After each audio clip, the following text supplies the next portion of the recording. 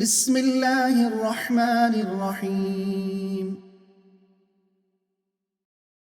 وما تكون في شأن وما تتلو منه من قرآن ولا تعملون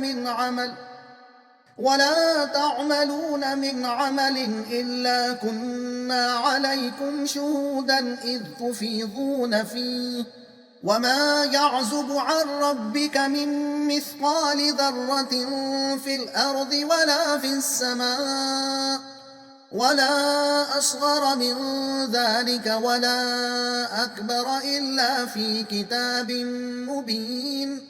ألا إن أولياء الله لا خوف عليهم ولا هم يحزنون الذين آمنوا وكانوا يتقون لهم البشرى في الحياة الدنيا وفي الآخرة لا تبديل لكلمات الله ذلك هو الفوز العظيم.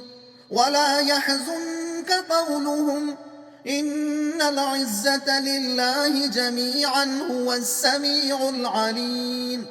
ألا إن لله من في السماوات ومن في الأرض وما يتبع الذين يدعون من دون الله شركاء إن يتبعون إلا الظن وإن هم إلا يخرصون.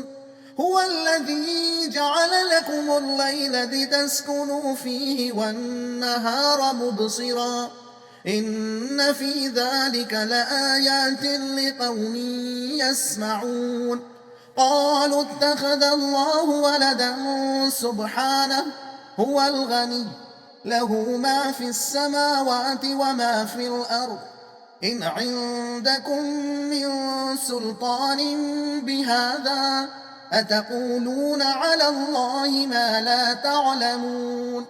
قل إن الذين يفترون على الله الكذب لا يفلحون متاع في الدنيا ثم إلينا مرجعهم ثم نذيقهم العذاب الشديد بما كانوا يكفرون.